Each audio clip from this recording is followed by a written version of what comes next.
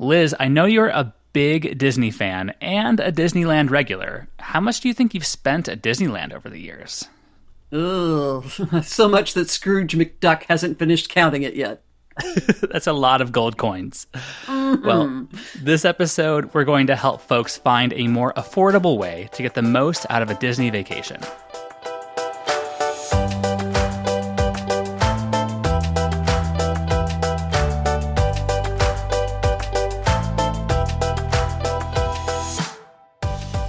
Welcome to NerdWallet's Smart Money podcast, where you send us your money questions and we answer them with the help of our genius nerds. I'm Sean Piles. And I'm Liz Weston. Listener, you know the deal. There's probably something in your financial life that you need help with. Well, let us be your nerdy helping hand. No matter what the money question, send it our way. You can leave us a voicemail or text us on the Nerd Hotline at 901-730-6373. That's 901-730-NERD. You can also email us at podcast@nerdwallet.com. In this episode, Sean and I answer a listener's question about choosing between different retirement accounts. But first, it's off to Disney. We're talking with travel writer Sally French about how you can save money on a Disney vacation. Welcome back to Smart Money, Sally. Thanks for having me. It's great to be back talking about one of my favorite topics, Disneyland. Yeah. So, Sally, it's summertime. If families want to squeeze in a vacation to Disney World in Florida or Disneyland in California before school starts, how much should listeners budget?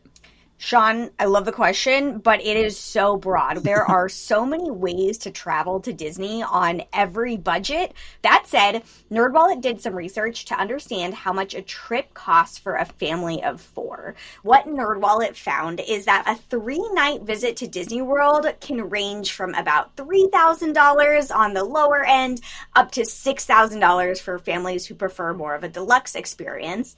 And at Disneyland, it's actually slightly more expensive. A family of 4 can expect to spend $3,600 on the low end and $6,500 on the higher end. That is a lot of money. You can have a fantastic trip through Europe for that amount of cash. So what do you think are some good ways to save? What NerdWallet found is that more than tickets, more than souvenirs or food, hotels ate up the biggest chunk of the budget. And a big reason why Disneyland trips were more expensive overall than Disney World trips is because Disneyland hotels are more expensive overall. When NerdWallet compiled this research, we looked at Disney-owned hotels. That's as opposed to something like a Hilton or a Hyatt nearby. And in fact, staying at that Hilton or that Hyatt nearby, or even something off-property like a vacation rental, can be one of the best ways to save. Disney-owned hotels are just so expensive. At least at Disney World, there are roughly 24 Disney-owned hotels, but at Disneyland, there are only 3 Disney-owned hotels, which just really limits the options. So if you do want to fully stay at Disney for your entire trip, expect to pay a lot more. And it's gotten more expensive over the years. I remember back in the day, you could actually get a room at the Grand Californian at Disneyland for under $200. Those days are so long gone. Wow.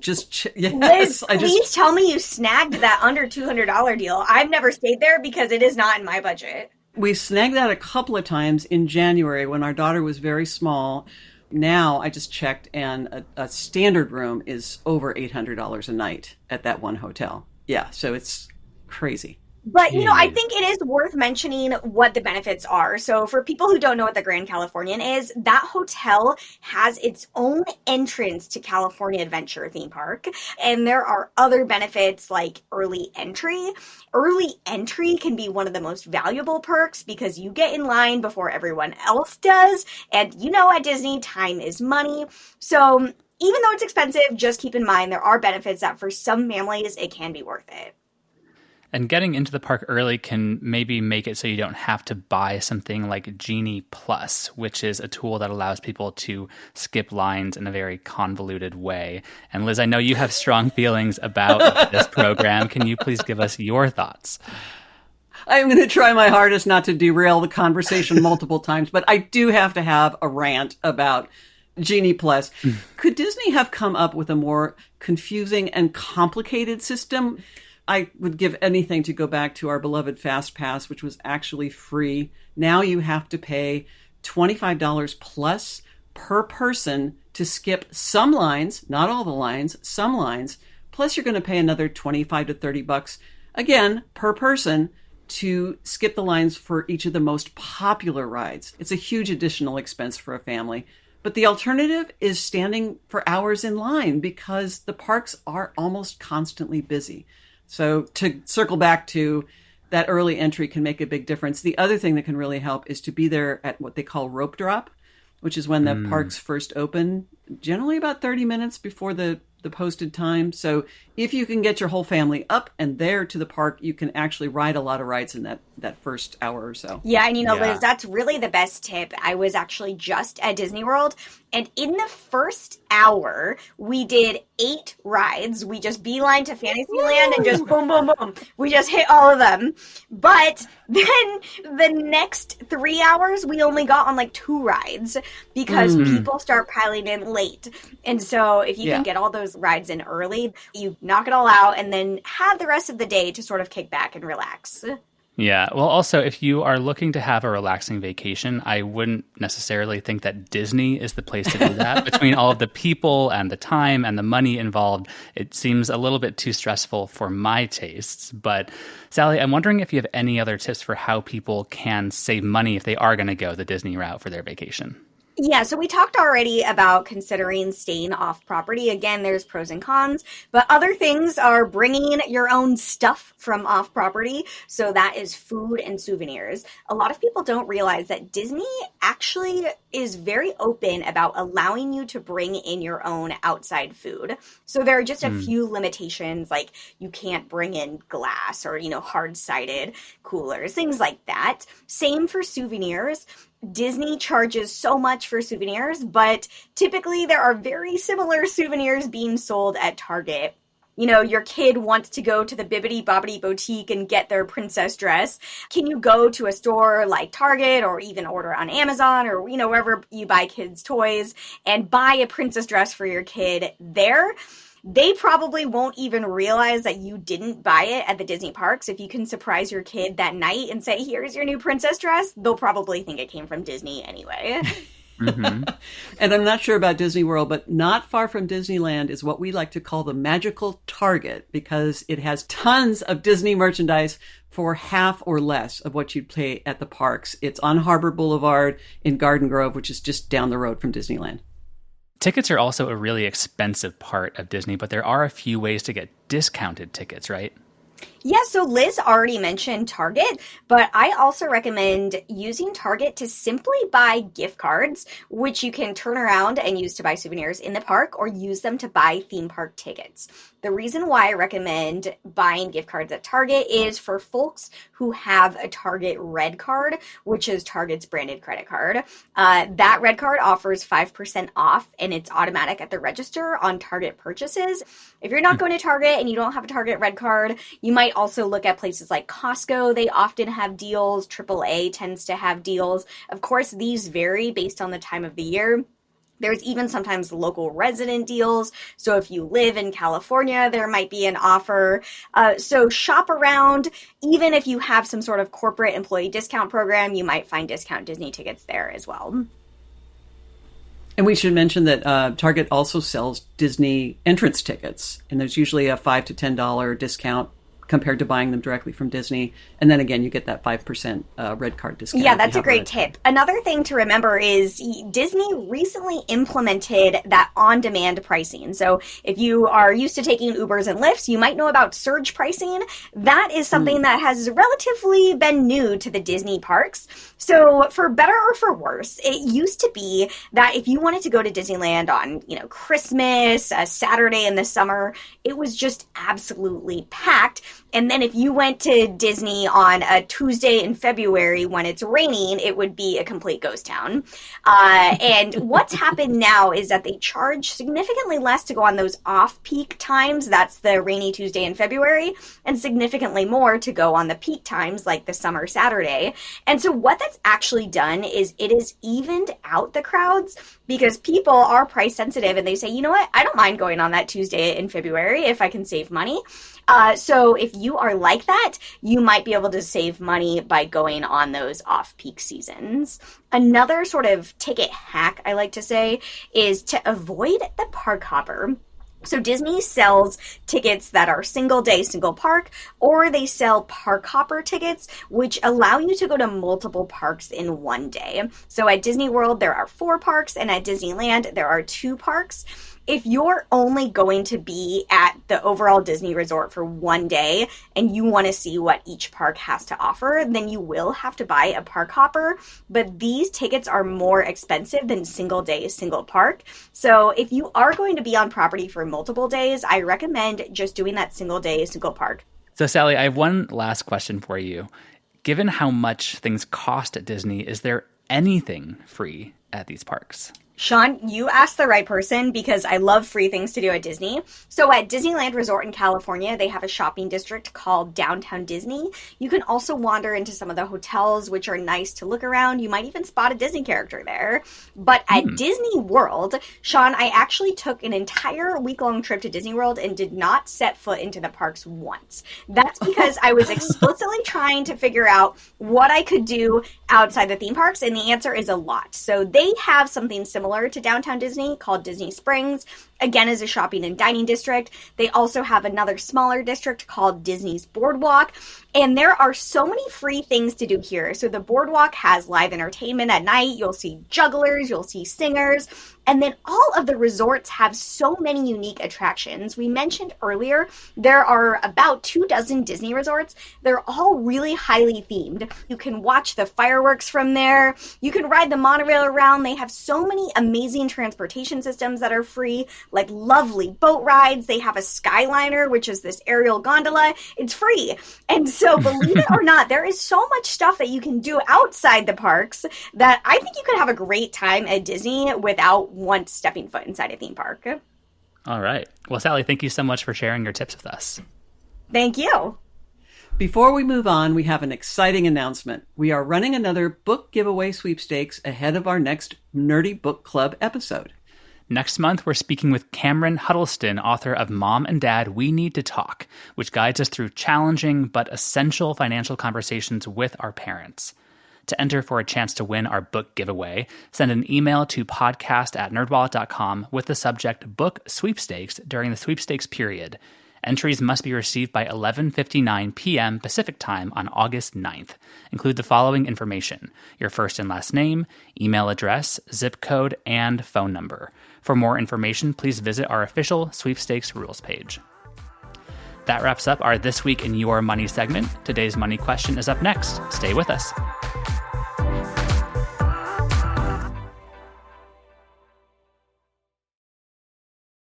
This episode's money question comes from Austin, who texted us their question. Here it is as read by our audio editor, Kaylee Monahan. Hello, my name is Austin, and I have a question for a future NerdWallet Smart Money podcast episode. I earn some of my income through 1099 work as an on-call pediatrician at my local hospital. I've created a single-member LLC to receive this pay and would like to utilize it in the best way possible. It is extra and not needed for our monthly bills or expenses, and thus is used solely for saving and investing. I already maxed out the yearly employee 401k contributions and backdoor Roth through my W-2 salary, so I don't think I can do any more on that front. I know I could contribute up to 25% of the total 1099 money to a solo 401k. My primary question is, logistically, how do I do this? How do I choose between a Roth versus traditional 401k? How should I set aside some money for quarterly taxes? And how do you pay quarterly taxes? How can I determine how much to put into the solo 401k each month versus how much I can save or invest in my taxable brokerage? And finally, do I need to wait until year end and know the total yearly income before investing in anything? Any advice or guidance would be greatly appreciated. Thanks again for all your help. To help us answer Austin's question on this episode of the podcast, we're joined by investing writer June Sham. Welcome to Smart Money, June. Thank you so much for having me. It's great to have you on, June. You know, there's a lot going on in Austin's question, But before we get into all of it, a quick reminder courtesy of the NerdWallet legal team. We are not investment advisors or financial advisors and will not tell you what to do with your money. Our job as nerds is to give you the information and context so that you can make informed decisions with your money. Okay, now let's get into the meat of Austin's question. They're asking about 3 different types of retirement plans: an employer-sponsored 401k, a backdoor Roth, and a solo 401k. And Austin is essentially wondering how to fund and prioritize these accounts. So, June, to start, can you give us a very quick overview of these different types of retirement accounts? Yeah, of course. So with the employer-sponsored 401k plan, you as the employee make pre-tax contributions into the account. What's really great is that typically most employers will offer a matching contribution based on the amount that you put in. And so it's a great way to earn some extra free money towards your retirement savings. Some 401k plans now also come in a Roth version, which doesn't have an upfront deduction, but you do get to withdraw the money tax-free in retirement. So Austin also said he's doing a backdoor Roth. What that means is that he's contributing money to a traditional IRA and then converting that money to a Roth IRA. Roth IRAs have income limits, so this backdoor version is a method for people with higher incomes to get money into their Roth IRAs, which they necessarily wouldn't be able to do. Yes, and like a Roth 401k, Roth IRAs also don't have an upfront tax break, but the money that you take out in retirement is tax-free. So, June, what about options for people who are self-employed or have self-employment income like Austin has? With self-employment income, you have a number of different options, which I think, Sean, you've covered on the podcast before. Austin might be confusing a couple of the more common types of self-employment retirement plans. A couple of these could be the SEP, or Simplified Employee Pension, which allows Austin to contribute up to 25% of their net earnings from self-employment, and that's up to $66,000 this year. A solo 401k plan, which Austin mentioned, also has a $66,000 limit in 2023, but it breaks down a little differently. The self-employed business owner basically can contribute as an employer and an employee. And as an employee, Austin can contribute 100% of their compensation up to what's known as elective deferral limit, which is $22,500 for people under 50 in 2023. As an employer, Austin can make a profit-sharing contribution of up to 25% of compensation. And the cool thing is that both the SEP and the solo 401k now have Roth versions as well. I just want to take a minute because most people, when they think about 401k limits, they're thinking about the elective deferral limit. So that's the one that gets all the publicity. If you know anything about 401ks, that's probably the one you've seen. But these plans actually have much higher limits that count things like employer and after-tax contributions. June, some financial advisors will recommend a specific order for prioritizing different types of retirement accounts. Can you talk about that and what Austin should consider as they're deciding which of their retirement accounts to put the most money in? When it comes to figuring out where to put your retirement savings, it really comes down to the types of accounts you have and how much you can set aside. Let's say, for example, it's not possible to contribute the maximum to all of their retirement accounts. And in this case, most advisors probably recommend starting with your 401k plan, especially if it has an employer match to get that free money. After you've gotten the match, you can look to an IRA based on the type of tax break you want. And from there, if you're able to max out your IRA, you can go back to your 401k plan. Austin also wants to know how to set up a solo 401k. How would they go about doing that? For that, you need an employer identification number, which they already have since they've set up that limited liability company. From there, you can set up a solo 401k with most online brokers, and they'll provide stuff like plan adoption agreements and account applications to fill out. Once that's completed, you can go ahead and choose your investments.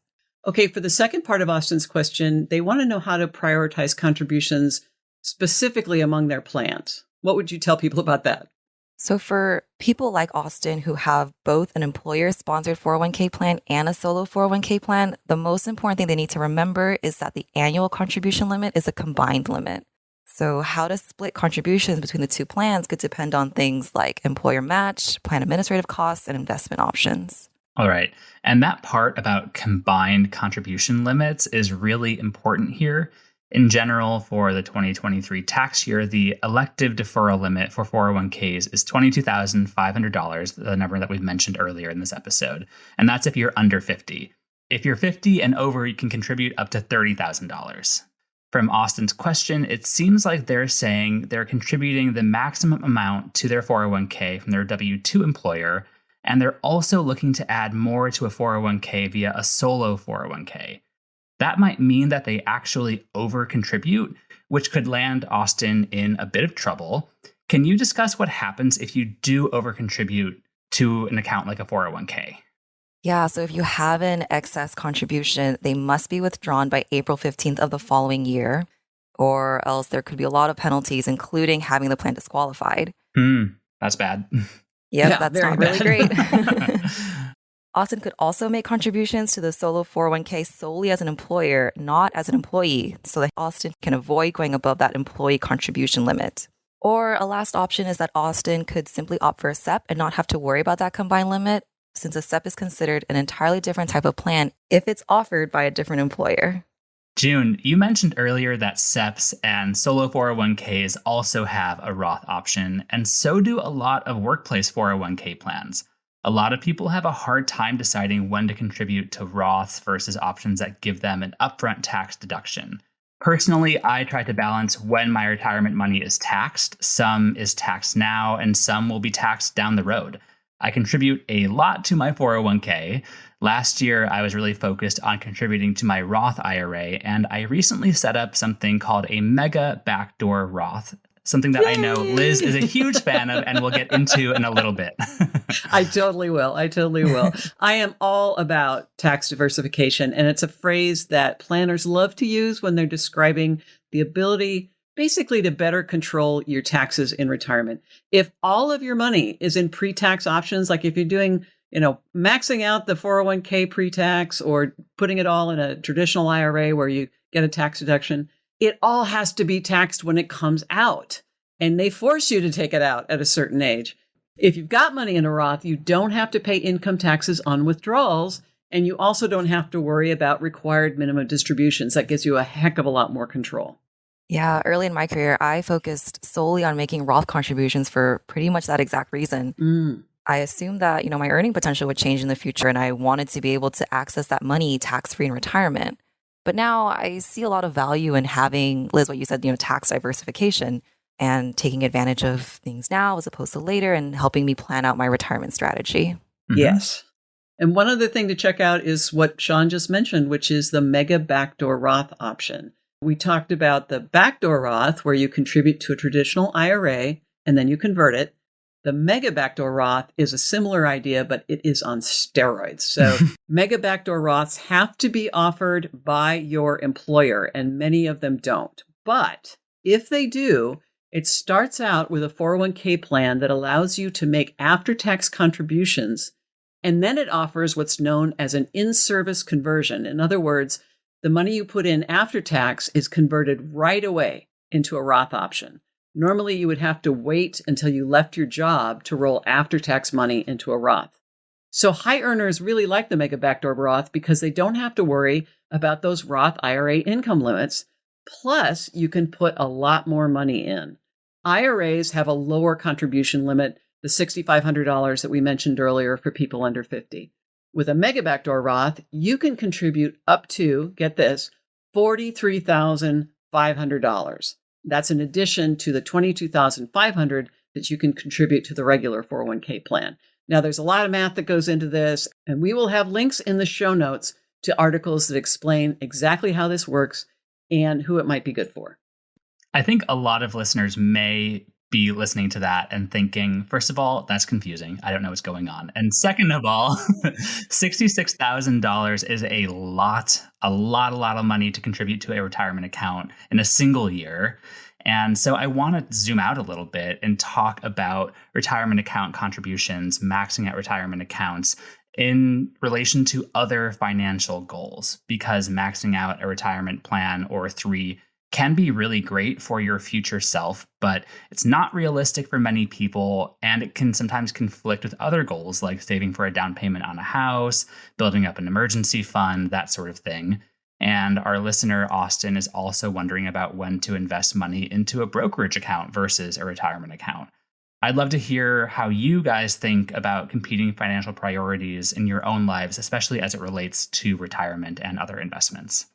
Yeah, you bring up a really good point, Sean. Our immediate financial goals and responsibilities are just as important as our future ones.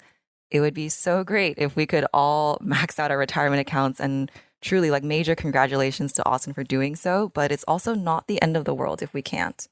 At least in my own life, I try to remember that everyone's financial journey is different. You can't use someone else's financial plans because we're all in different places. And so being strategic with, your own money and being realistic with your own goals is the best way to make the decisions for yourself. When deciding to prioritize between retirement or brokerage accounts, though, you really need to consider when you need the money. If it's shorter than 5 years, then short-term investments like online savings accounts, CDs, or money market accounts might be the best move. For anything longer, you could consider then a brokerage or retirement account, but just remember that with retirement accounts, you can't withdraw the funds until 59 and a half years old without incurring penalties and taxes. Mm-hmm.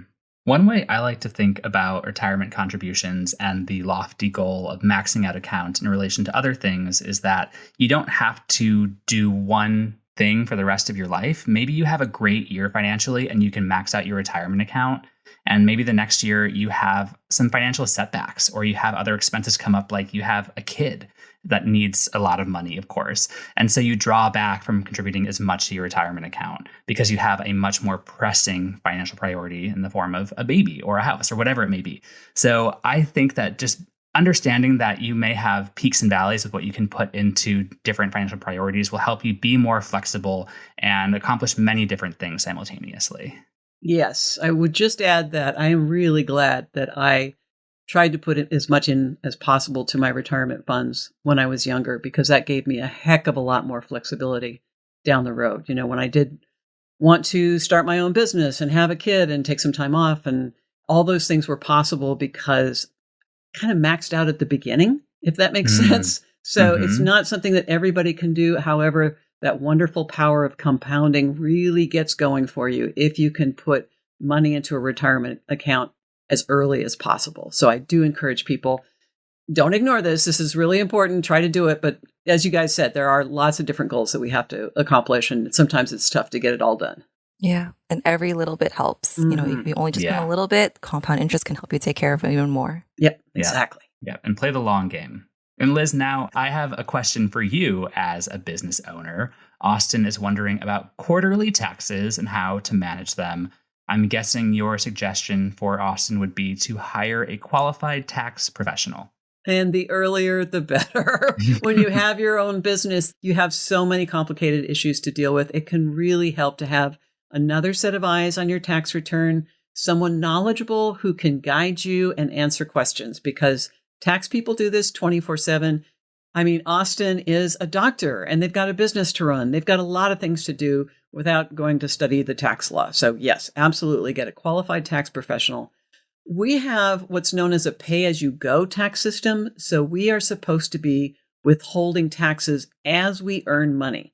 You can't just wait until you file your taxes to figure out what you owe, unfortunately. And Sean, I think you discovered this yes, to your distress earlier in your career. Years ago, I was on the hook for a pretty big tax bill because I did not save as I went with my my contractor money, and I did not enjoy it. So learn from me and put aside the money, pay quarterly. Yes.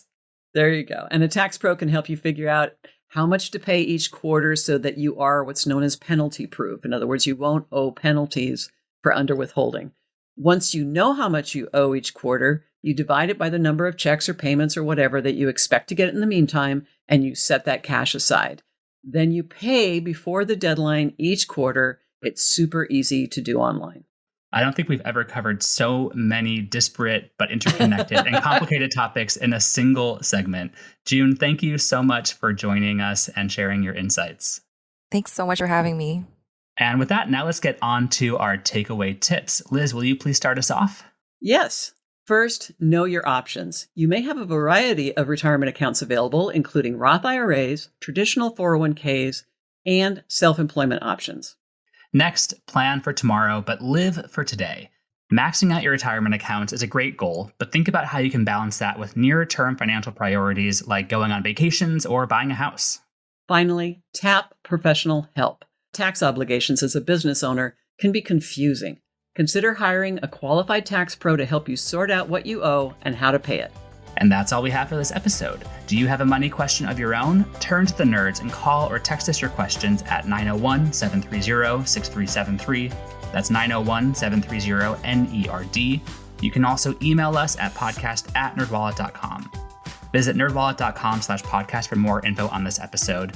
And remember to follow, rate, and review us wherever you're getting this podcast.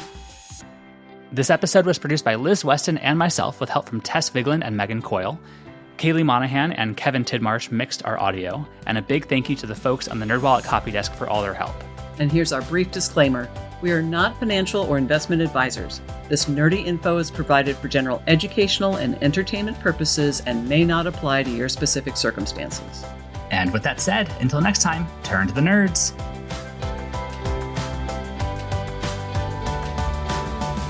Thanks for listening to Smart Money on YouTube. We're always looking for new ways to make the show available and easy to find on all of your favorite podcast platforms, and that includes YouTube. Leave us a comment and let us know what you think, and subscribe to get new episodes of NerdWallet's Smart Money podcast on YouTube.